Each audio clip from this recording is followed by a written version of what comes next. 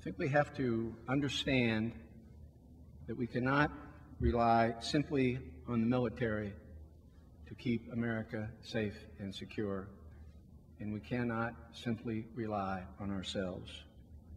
The neighborhood is global now. We are independent, we are dependent and interdependent in more ways than we ever thought of even 20 years ago.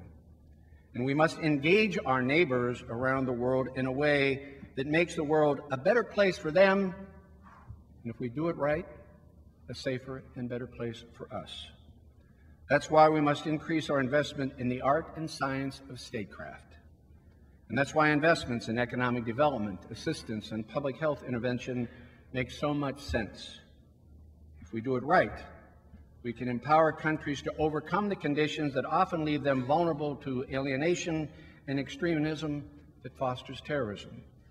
By stopping the spread of infectious disease that can leave millions of families devastated, just think about the pain and the human suffering associated with those people in those countries, particularly with the children who we know have curable diseases but don't have access to the vaccines and the antidotes.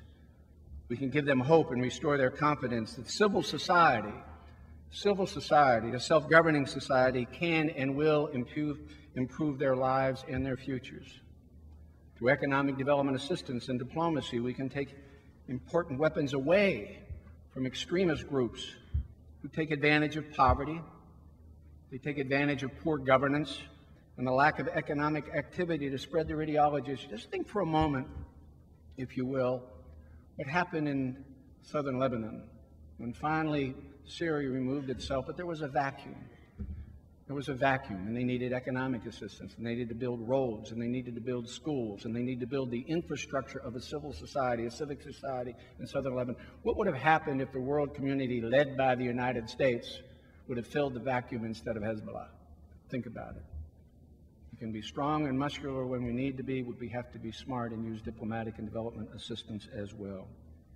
Long-term investments in the health, education, and livelihood of citizens of other nations, plus diplomatic initiatives, global partnerships, and cultural exchanges will improve goodwill toward the United States and help alleviate the conditions that leave fragile, poverty-stricken countries vulnerable to wayward regimes. And that will make America safer in the long run, and it will be a long run. We're in this for a while. When you fight an ideology that spans many areas of the world, as opposed to enemy soldiers on a single battlefield, you must accept the notion the threat is long-term. It's one thing to capture or eliminate believers.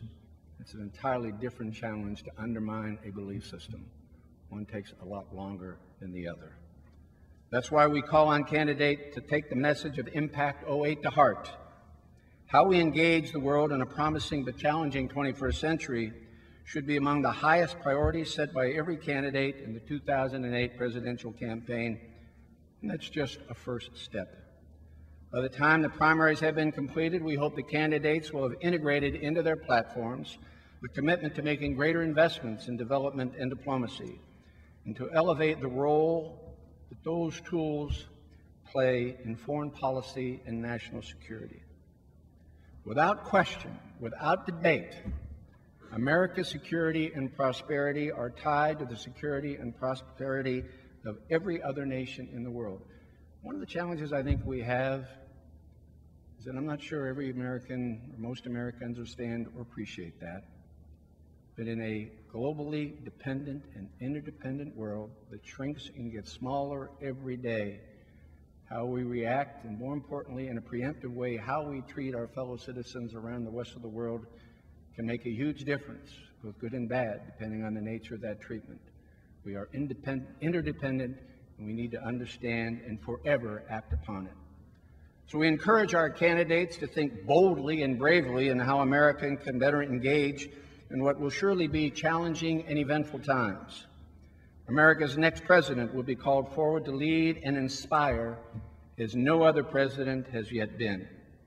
May we all support the next president in what must be a sustained commitment I see it as sustaining it in perpetuity, but you got to start somewhere, and that's what Impact 08 is all about.